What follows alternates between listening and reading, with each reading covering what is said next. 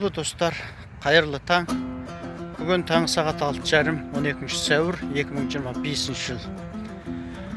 Балаға берілетін тәрбие ата-анасын, туыс-туғанын, жолдасын сыйлауға үйретуден басталады. Себебі ата-анасын сыйламаған бала жолдасына да, қоғамға да пайда келтіре алмайды дейді ұлы ағартушы Ыбырай Алтынсарин. Ал біз баламызды қалай тәрбиелеп жүрміз? Сіздерге тек қана жақсылық тілейміз.